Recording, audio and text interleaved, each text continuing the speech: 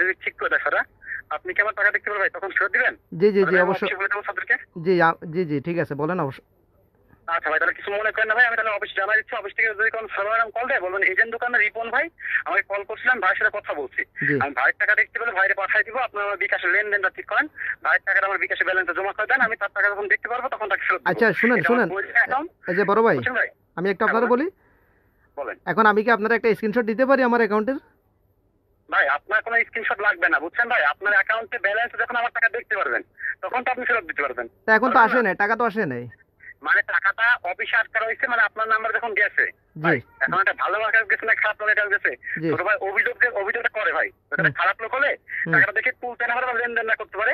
অভিযোগের জন্য ভাই টাকাটা এখন অফিসে আটকা রয়েছে ওয়েটিং ব্যালেন্সে, বুঝছেন? জি মানে আপনার অ্যাকাউন্টটা বন্ধ রেখে এখন জি। আপনার অ্যাকাউন্টটা যখন ঠিক করে দিবে, আপনার অ্যাকাউন্টে আমার টাকা দেখতে পারবেন, তখন আপনি ফেরত দিবেন ভাই। তার আগে আচ্ছা কেন দিবেন? আচ্ছা ঠিক আছে, যদি টাকা বুঝছেন ভাই? আসে, টাকা আসে ফেরত দেওয়া হবে, অসুবিধা নেই। হ্যাঁ হ্যাঁ ভাই, যখন দেখতে পাবেন তখন ভাই একটা কল দিয়ে আমার একটু জানাই দেন। তখন ভাই একটু পাঠাই দেন কষ্ট করে, ঠিক আছে ভাই? কিছু মনে করেন না, আমি সাবজেক্ট এখন বলে দিচ্ছি। ঠিক আছে। আপনি বলবেন এজেন্ট দোকানদারের সাথে কথা হয়েছে, আমি তার টাকা দেখতে পেলে তাকে পাঠাই দিব, আপনি আমার অ্যাকাউন্টটা ঠিক করবেন। জি ঠিক ঠিক আছে?